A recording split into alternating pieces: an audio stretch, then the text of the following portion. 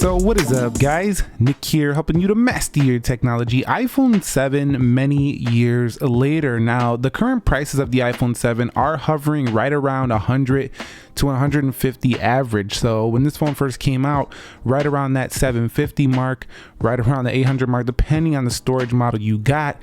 So basically you're getting these for not much these days. However, keep in mind, the only reason I even considered covering this phone right now is because the iPhone 7 still runs the latest iOS 14.5.1. How many phones on the Android side are running the latest software? I would bet not many that are this old like the iPhone 7. So how does the body hold up in 2021? Well, in terms of durability, it's still pretty good. We have an all aluminum back, very clean. There's no glass, so you don't really have to worry too much about this phone getting scuffed up, scratched up. It's pretty clean on the back all the time. However, the overall look definitely looking pretty dated these days, but somehow in some way Apple has decided to make the SE 2020 look like an almost identical phone, and that way even your older iPhone 7 doesn't look extremely, I mean, it's still old, but it doesn't look like it's like archaic or anything like that, because the SE basically looks the same. So in 2021 I can get an SE case and the iPhone 7 still fits on there. So you can kind of see interchangeable cases. They've kept this design around. So iPhone 7's design has definitely held up pretty decent considering how old it is.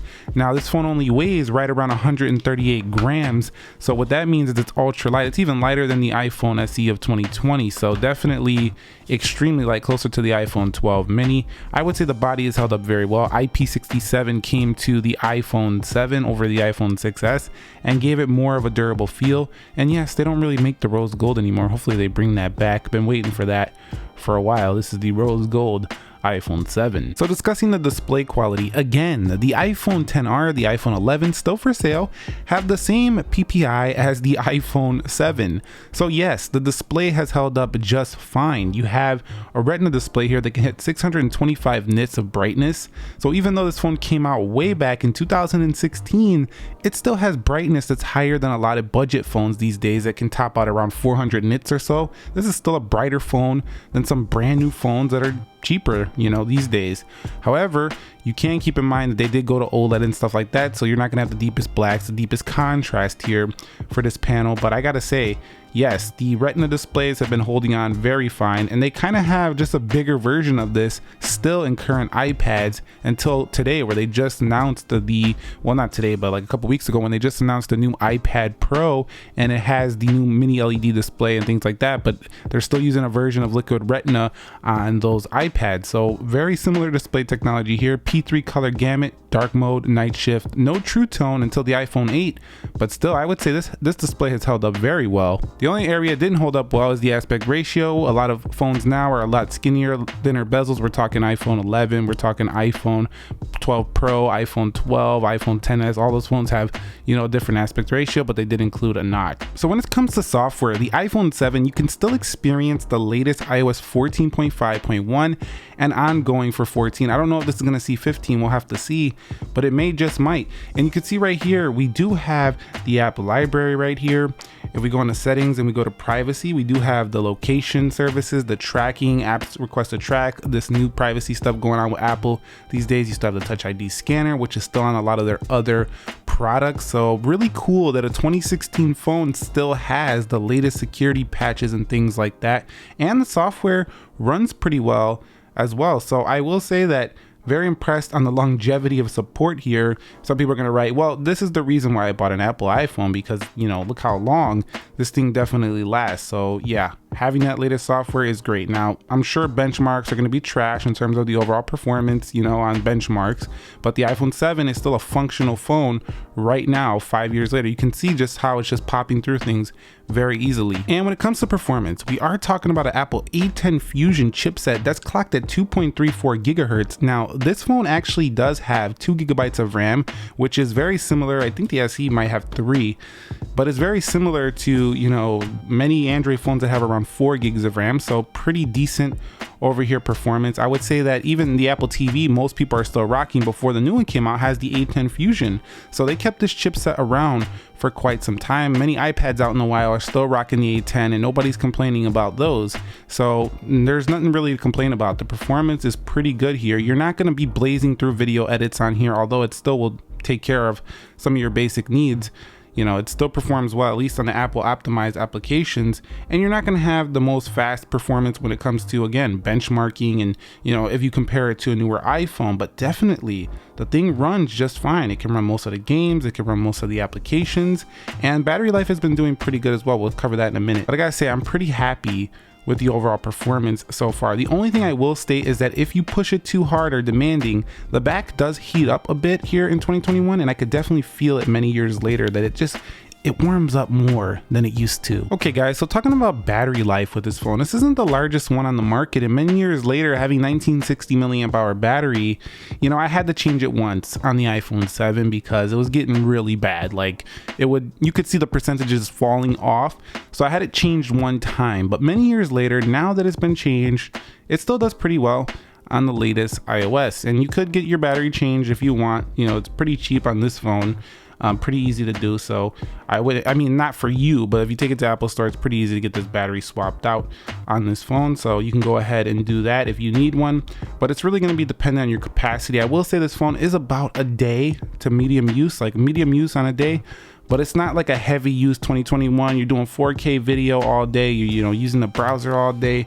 You're using all kinds of stuff all day. You're doing the, you know, gaming on this phone.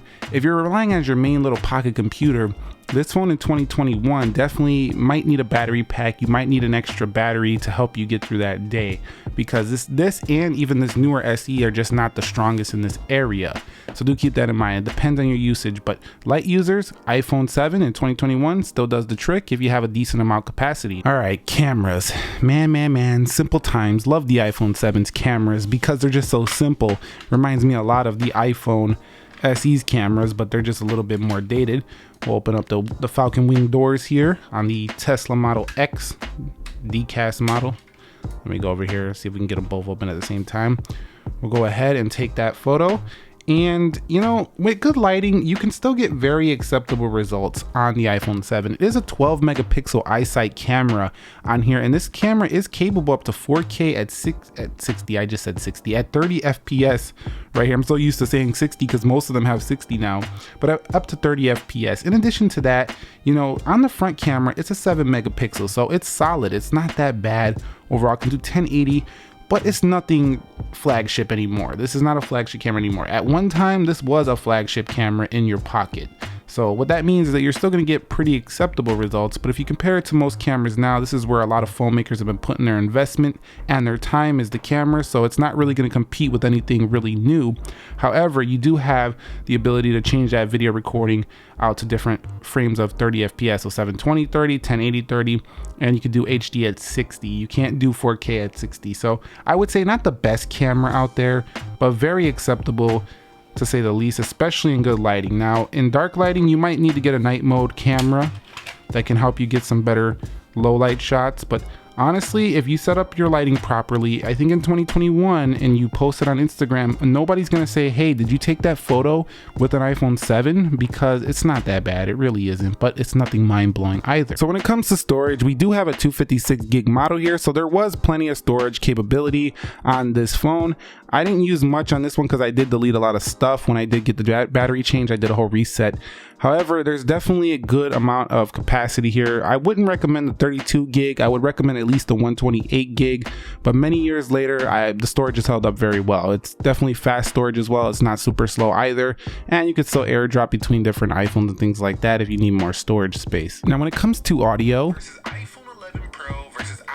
this was actually the first iPhone to have the stereo speakers. However, it's not super loud. A lot of the newer iPhones improved on this. 12 Pro speed test on iOS 14.5.1 right now. Let's go. Honestly, it's not great. However, because at least it has it, when you're watching a video forward, it still is pretty enjoyable. And even though this phone has an older aspect ratio, the 16:9 still fits a lot of videos very well. So I would say it's acceptable audio on here. They did get rid of the headphone jack. This was when everybody was complaining about that. However, we've adjusted to that. There's Bluetooth headphones on the market by millions these days, so it's not a big deal anymore. And many years later, phone call quality now, it's been pretty good with reception. However, I will state that the earpiece doesn't sound the best anymore because phones have gotten better here. But again, it makes phone calls. You can hear people, you can talk. Well, what else do you need? It does what you need it to do. 4G LTE has been a standard that held on very long, and there's still LTE iPhone today for sale from Apple because 5G is still fringe. It's not basically on everybody's phone, and even if you have a 5G compatible phone, more than likely you're not operating at the peak 5G speeds. So in conclusion, iPhone 7 many years later, 2021, midway through, we're almost at 5 years for this baby.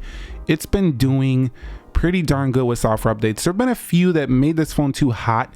Battery life's been okay on this latest version, and there's been a few updates here and there that were bad for the iPhone 7, but the fact that this phone is very functional still in 2021 is proof why, you know, you might want to consider an iPhone as your next device if you're keeping it for the long haul, because this is proof right here. This phone is still very functional. Literally, if I lost every phone in my collection right now and this is all I had to use, I could get by. I could actually still run this YouTube channel with this phone. I would have to wait a little bit on certain tasks, but it still performs well enough. Look at this. Going to iMovie, look at this smoothness right here. That's a video right there. Look at that smoothness, boy. You get it? You get what I'm saying? So basically iPhone 7 many years later did very well.